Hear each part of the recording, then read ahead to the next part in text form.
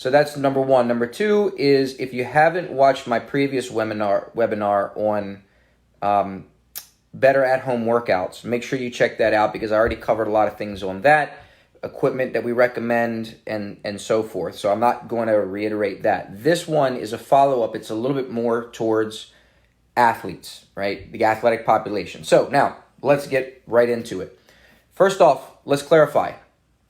What are we talking about when we talk about how to train athletes at home? What kind of athletes? Well, the first thing I can tell you is what athletes I'm not talking about. What we're not going to cover here. We're not going to talk about what I would call weight room athletes. What I mean is weight lifters, power lifters, kettlebell sport folks, people who do CrossFit, or Olympic lifters. I don't train those folks. I'm not an expert in that. I don't try to play one on Facebook or Facebook Live or YouTube or wherever. So that is not what we're talking about. If you came here for that, then you're going to be severely disappointed. Because those sports are based around barbells, you pretty much need barbells to do that. So, you're at home, you kind of need that equipment. However, most of us aren't in the gym to be weightlifters, and that's who we're talking about. So we're talking about non-weightlifters. We're talking about athletes who, whether they're in middle school, high school, college, or professional field, court, or combat sports, or those folks like a lot of us, like myself, who would call us a serious gym goer, or the recreational athlete, weekend warrior, right? So we're pretty serious about exercise, and we would consider ourselves a little bit more advanced, meaning like the basic body weight lunge, and the basic set of 8-pound dumbbells that a lot of people have at home aren't really enough for us to train, right? To really feel like we're getting much benefit from. So that is who we're talking about, and that's what all these points are going to be about. Now, I'm going to give you a quick review of the points that I'm going to go over so you know what you're going to get, and then we'll just get right to them. First thing I'm going to do is I'm going to give you my best tip for minimizing hamstring strains from sprinting, because sprinting doesn't require any equipment to do as long as the weather's decent. Get outside and run sprinting. So that is a body weight exercise. So there's a tip for that. Talk about my missing at-home power training tool. I don't hear people talk about it as much when it comes to home workouts. Those will be really quick tips. And then I'll talk about a programming framework that I use that you can use in the gym, but also when you're at home, especially applies for at-home workouts for athletes. I'll give you a review of my top 5 or so, I think I've got 5 listed here, advanced bodyweight and band exercises for strength, for advanced exercisers. And then we'll talk about kind of some other things, how to do dynamic effort work when you don't have a barbell. It's actually very easy to do. It's difficult, but you don't need a barbell for that, it's obviously important for strength, speed, and power is important for athletes. Then we're going to talk about some power endurance complexes to make sure that you keep your conditioning up. And then we'll kind of round it all off by talking about why these techniques are important across the board, and they shouldn't just be used as I can't get to the gym, so now I'm stuck doing these things. To me, they're staples of a program, even if I'm in the gym with all the equipment I could ever ask for available to me. So that's what you're going to get starting right now. So here's my best tip for minimizing hamstring, let's call it injuries, but mainly strains from sprinting. It's eliminating quick starts. So what I mean is, a lot of times when people are going to run sprints, is they'll start, and then they'll either do like a falling start, or they'll do like a 40 start where their hands in the ground, or they'll just kind of lean over and boom, they'll take off. Well, this is purely anecdotal. If I was writing this for a journal, this claim would not fly, but this is not a journal, and I'm being as intellectually honest as I can. It's anecdotal. But what I've seen the most hamstring strains related to sprinting from, and I've talked to other physical therapists and strength coaches who also say they've seen the same thing, is from quick starts and overstriding. All right, so the overstriding is a little bit more of a technique issue, but you can eliminate quick starts. So the way that I've always eliminated quick starts is I just tell athletes to do a jog up start, right? So let's say you have 2 cones and you're going to run 25 yards, right? That's the sprint distance. We'll set up a third cone about another 10 yards ahead. What they'll do is they'll jog up that first 10 yards, and then as soon as they hit the actual start cone, that's when they start their sprint. So they're not going from a quick start, boom. And if you run a lot of sprints or you work with a lot of athletes, it's normally that takeoff those first 2 steps is that's when they pull up. All right. So I found that, again, purely anecdotal, but I got you, Felix. But that's one of my tips there. So, second tip, talking about the missing power training tool for athletes, medicine ball. I really just do not hear many. I hear coaches talking about medicine ball training all the time. Okay, she wants some lap time here. Down you go. I hear coaches talking about medicine ball throws all the time. It's a standard practice when you're in gyms. If you have high ceilings and walls to throw it, great. But medicine balls are pretty accessible, and you can get outside, and as long as the weather's decent, toss them around. And so my favorite throws are, obviously, rotational throws, vertical throws, scoop tosses, things like that. Put maximum effort into every throw. So I basically tell athletes to treat it like an Olympic lift. You max with the one and then you reset. All right? So the medicine ball I recommend getting, because not everybody can do it out in a field, is actually get a rubber medicine ball that bounces.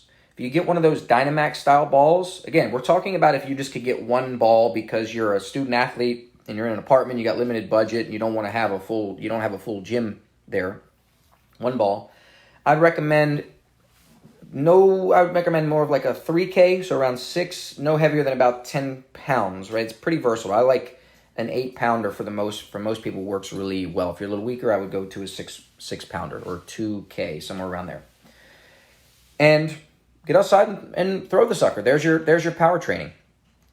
That rubber ball is a lot more durable if you're going to throw it out on the street. Whereas if you use one of those Dynamax balls, they're just going to get ruined, and you're probably going to avoid the warranty anyway.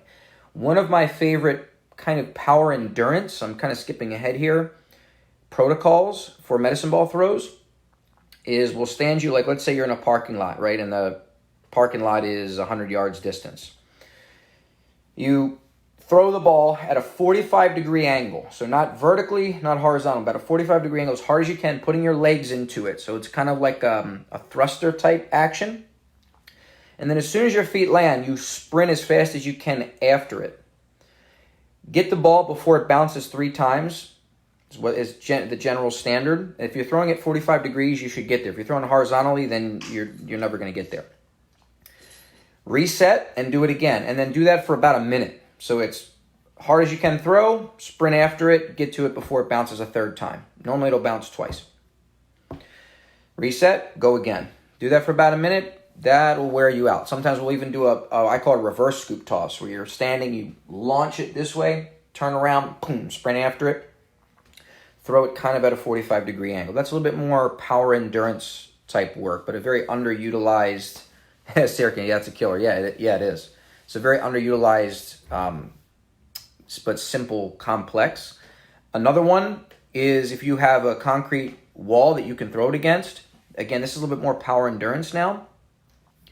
You can just string multiple throws together. So one of my favorites that I've been using for years, I think I got a YouTube video of me doing this 10 years ago, is you do about 6 to 8 of each. So you do an overhead throw against the wall. I like to add a step to it, so I'd alternate legs as hard as I can, 6 to 8 reps. Turning around, going 6 to 8 reps, rotational throws. You can either stay all on the same side or you can rotate at each rep. Back up. And then do a step and chest throw for about 6 to 8 reps. And then you can finish by turning around away from the wall and doing a reverse scoop throw for about 6 to 8 reps. All one after the other. That's power endurance. Repeated explosiveness. So you don't always just have to do, in those short burst power, you can use medicine balls as power endurance. It's a very versatile tool. It's also great for warm-ups. Okay. So we talked about that. Now, let's get into a little bit more details of programming framework. I'm going to grab a sip of water here because I'm running my mouth a lot.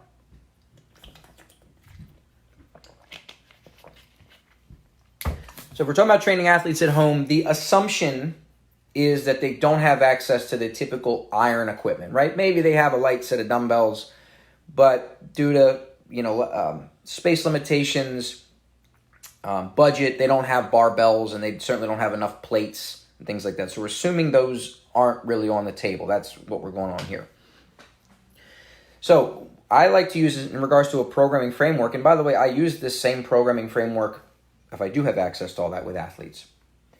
It's basically kind of taking a page out of the conjugate method, or with some that's been popularized by Westside. Not the same terms, but the fact they have a theme for each day, right? This is a dynamic effort day. This is a max effort day, right? So basically I have 3 themes per day, in not really a particular order of importance, but here are the 3. We have a power and speed day, and I'll get into the details of each of these. We'll call a strength and muscle day. It just kind of means bodybuilding, right? With a little bit of strength work. And a power endurance day. All right? Now I kind of gave you can kind of get an idea of what you're going to get, or what the athlete is going to experience in regards to what types of exercises they're getting in each day. And that is you could call it an undulating sort of model, right? Because on strength day or power day, you're probably going to be doing things like 5 sets of 5. On the strength and muscle day, you'll be doing like 3 to 4 sets of 6 to 12 to 15 reps. And on power endurance day, you might be doing 2 sets of a push-up complex that ends up being 70 or 80 total push-ups, right? So we're getting the benefits of training multiple fitness qualities. Plus, they have a kind of what I call a point of emphasis, something that they know, okay, I'm working towards this sort of goal or this sort of focus for that day. So I use that across the board. You're going to see more of that when we come out with the new Practical Program Design Mastery next month. We've totally revamped that. It's my exact programming system. But for now, let's talk about what each of those might look like. All right. So now, if they train twice a week, you would just do a speed and power day and the strength and muscle day, and then at the end of each, you could do some power endurance. But if they do 3 times a week, then you have power and speed day, strength and muscle day, power endurance, and then repeat. If they train 4 days a week, you would just go through those 3 and then start back from the beginning again, back to power and speed. So it works regardless of what your rotation is, how many times a week, what your training split is essentially. For the most part, we're talking about total body workouts here. For athletes, that tends to be what we're looking at. Now, if someone's training like 6 days a week, men, you're going to have to start splitting things up a little bit, right? So maybe it might be a lower body power day, an upper body power day, right? And then an upper body endurance day, lower body endurance day. Maybe you have to split it up that way. It's beyond the scope to get into every possible permutation. You get the picture. So we're assuming that we don't have the equipment to provide a lot of overload to do like max strength. So that's why we're not including it.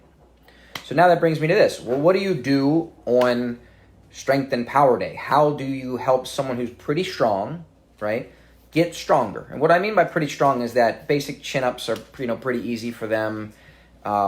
Lunges with light dumbbells are easy. This person can do like a double body weight squat, or at least a body weight squat. Someone who's advanced enough. 20 push-ups is like a warm-up for them. That kind of person. Well, I recently just published an article on T Nation called Top 7 Home Exercises, or Top 7 Advanced Home Exercises. So that really kind of covers my best 7, but I'm going to give you a quick overview of them now. I don't need to get into too many descriptions of them because the details are in that article. But the obvious one, and again, we're not going to talk about chin-ups. That's obvious. That's familiar. Or pull-ups. But one-arm push-ups is probably the most obvious but most underutilized. Why? Because it's so friggin' tough. Now, a lot of people are going to say, well, I can't do one-arm push-ups. Okay, great. Then you can do band-resisted push-ups, where the band's across your back and feet elevated. I also, in that article, show what I call a band push-back push-up. And most of the time when we do push-ups, we're doing like a horizontal-based movement, but a lot of us also want to do some sort of vertical diagonal movement, and let's say we don't have weights heavy enough to really overload that, because we're talking about gaining strength here. How do we get stronger without lifting heavy weights, right? That push-back push-up is more of an incline press type action. So now it takes what is traditionally a horizontal press and turns it into more of a incline diagonal press.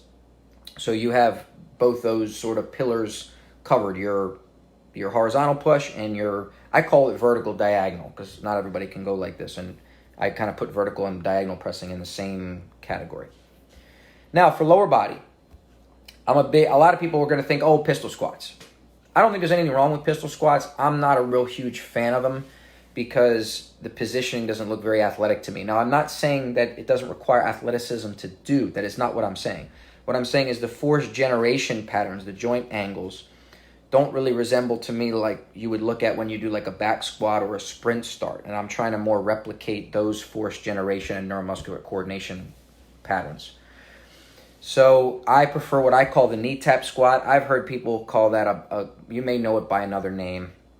Basically, you're dropping your knee back behind you onto a pad and kind of puts you in more of like a back squat position and alignment versus the leg out in front of you. All right. To me, the pistol squat's a little bit more like a feat of strength, kind of like more like a circus act kind of thing. I'm not saying that in an insulting way. So I prefer a pistol squat if I had to choose between the two. And that's tough even with just body weight, but you can manipulate the range of motion, and even light dumbbells put on your shoulders. If you got, like I said, 8 pounds, that'll crush anybody. Let's say you wanted something else for lower body. I came up with the NT Loop Zercher reverse lunges. Anytime I say NT Loop, by the way, of course I'm going to mention that because I'm biased towards it. It's my band, but I would never promote anything that you have to use a special piece of equipment to do. Anything you do with a loop you can do with super bands, except super bands are just going to be way less comfortable around your body. That's why I designed NT Loops, to be the most comfortable and stable band around your body. So basically you just have the band, you step on the middle of the band and you have both ends. So I call it a double layer versus a single layer where only one layer is under your foot. Both layers of the band are under your foot. And then you have the ends of it, you put the band underneath your elbows here so the band is really tight. And then you do reverse lunges just off of one leg. You can see the video for that in the article. That is an absolute lower body killer. Any as advanced as you are, that will make you work. I promise you that. Especially with a blue NT Loop, which is the heavier of the two. And then something for hip extension. It's pretty tough to start getting into the deadlift territory with just bands, around your back, the back of your neck, if you're a big deadlifter. So that's one, we're just really limited by. We don't really have good alternatives for that one. But at least for a hip thrust, hip extension type movement in that regard, I use the single leg band hip lift. So again, that's also in my article. So your heel is elevated on something, your back is on the floor, and then the band actually goes across your shin because you have one leg elevated. It's a single leg movement. And it's also behind your elbows. And that's a tough one. Again, you can just go to the article and see those. All of those are strength exercises, meaning you don't have to do 50 reps in order to get a training effect. You'll do 8, 10, 12 reps, maybe 6 reps, and you go, man, this is tough. So it'll give you that heavyweight sort of feeling. And there's a few other exercises I've got in that article as well. So that would be things that you would do on strength and muscle day for the strength portion. The other aspect of it is just some basic medium to higher rep work that you would traditionally see in bodybuilding circles. So what about on this speed and power day? Well, this is where this dynamic effort power training, at home comes in. Well, that could be medicine ball throws. Just give me a sip of water here. But let's say, you can't get outside. All right, so those are out of the question. Or you just don't have a medicine ball. Fine. Get yourself some bands. Find some bands that have a door anchor, right? The NT Loop has it. JC bands have it. So other bands have it. Here's a really basic one. So let's say the band is attached at about my shoulder height and I'm standing. So all you do is you got one handle in each hand. Try to do as many reps as you can do in 8 to 12 seconds. Let's say this is a press. Bang, bam. So the band is pulling me that way. Boom, boom, boom. As fast as you can go. That's dynamic effort work. You can turn around, so now the band is pulling me that way, and I do rows as fast as I can. My general rule of thumb, the question is, well, how heavy should the band be? How far should I stand back to get more tension on the band? Yada, yada, yada. Here's my general standard. I want you to be able to move fast enough that you can get about 2 reps per second.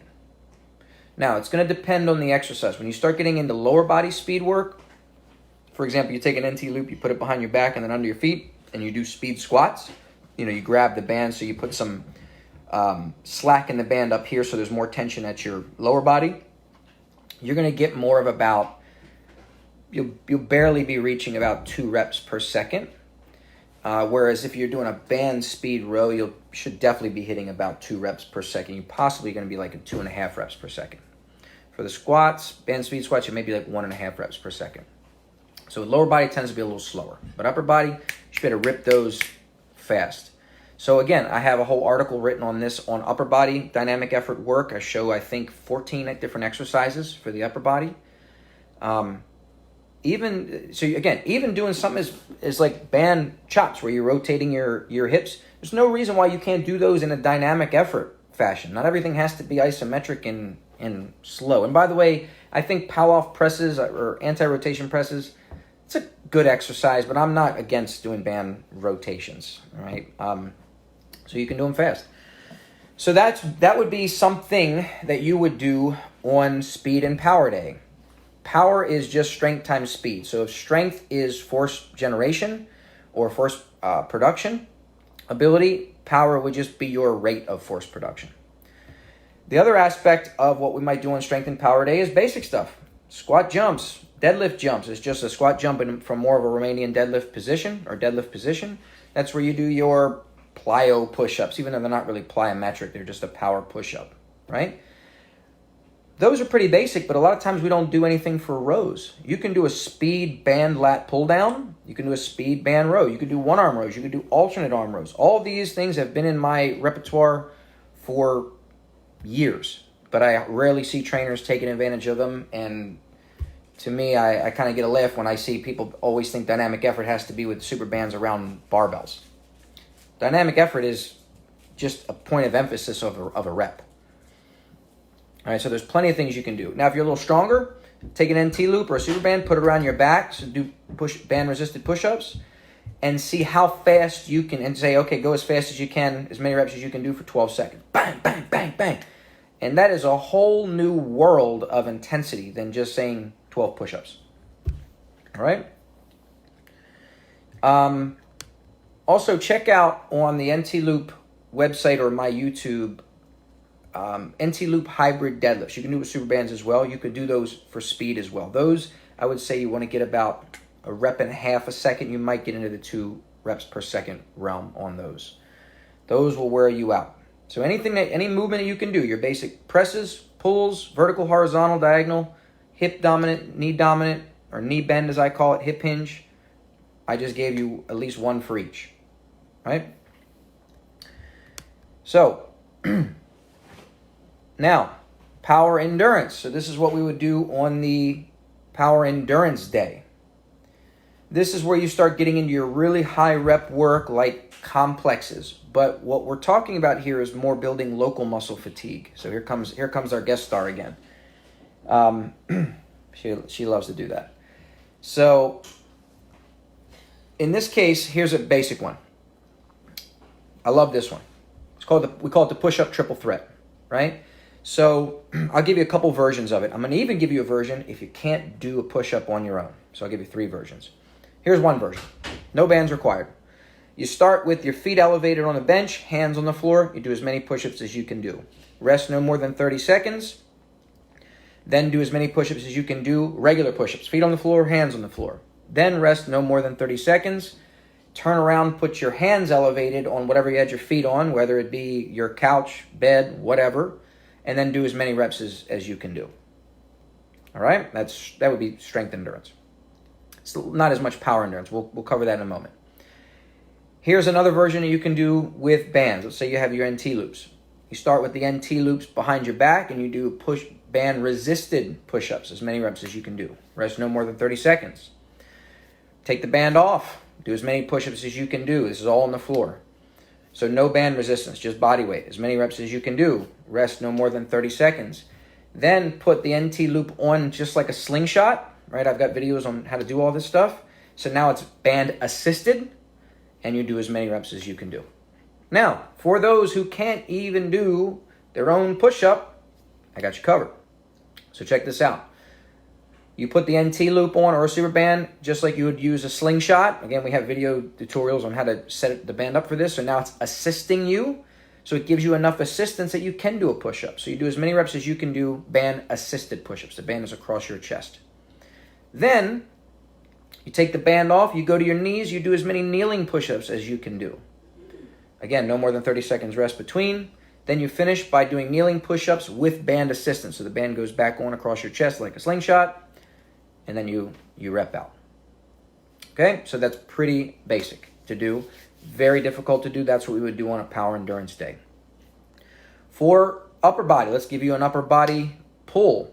And again, I'm not even including that if you have a TRX or a suspension trainer. Why? Because you may have one, but you don't have the proper way to set it up in your house. You don't have the space available to it. So I'm not even including that. Not because I'm not showing it any love. It's a great piece of equipment to have. Technically, it is a body weight deal. But we don't even have one set up here because our space doesn't really allow for it. So if you have bands with handles, you can do a complex like this. I'm going to credit Juan Carlos Santana, the strength coach, for this complex. And I may have tweaked it a little bit from the way he teaches it, but similar concept. So you got a band in each hand. You got the band connected at shoulder level at the door. You'll do about 20 reps of speed pulls. Then you'll do 20 reps per arm rotational pulls. Then you'll bend over. You'll do about 20 reps lat pulls. Then stand up, move in a little closer, and then do about 20 reps band swimmers for power. All right, so you're getting your vertical pull, your horizontal pull, and a little bit of that kind of power, almost like a medicine ball slam without the medicine ball, which is that band swimmer. Again, we got videos for all these things. That will light up anyone. I don't care how advanced you are, because I've seen it light up the most advanced athletes, from some of the baddest fighters on the planet that I've worked with to NFL players. All right, so that would be things you would do on a power endurance day. What about for lower body? So I'll give you one of our favorite complexes that we would do. Now, what that last complex, and here comes our guest star again. She loves this. All right, Mama, let me get you out of here. So let's talk about lower body. Here's a triple threat one. Do the band hybrid deadlift. Start off with 2 layers. You just watch the video on this. Do as many as you can do. Then go to a single layer. It's just how many layers of the band you have between your feet. Then get rid of it, and then do hybrid deadlift jumps with no band resistance. Power endurance. We get you fatigued, then make you explode. For more of a kind of a knee bend type movement, use an NT loop or super band. Do 20 to 24 squats with it under your feet and around your shoulders. Get rid of the band, or you can do the NT loop Zercher split squats. Let's say you don't have the band. Do 24 lunges, forward or reverse. This is a version of the old Vern Gambetta leg complex. Some people know it as super legs, but Vern Gambetta actually invented it. You do about 20 to 24 of those. Then here's my tweaks on it. Then you would go about 10 to 12 or 8 at the minimum squat jumps for as high as you can. And then my last tweak is I call these speed stance switches. So imagine if you're like in a boxing stance and you just quickly move your feet back and forth like that as fast as you can. Bam, bam, bam, bam, bam. And we'll do about 20 per leg, so it'd be 40 total. Just quick, boom, boom, boom, boom, boom, boom. That's a killer. All you need is body weight, band, and a lot of grit. So you do 2 rounds of that, you don't just want to go take a rest, you want to go to bed and take a nap. All right, so there's no reason why you can't challenge even the fittest athlete with a little bit of know-how and basic principles. So I've given you some protocols that you can use. I've given you the framework on each day and protocols that you can use on each day.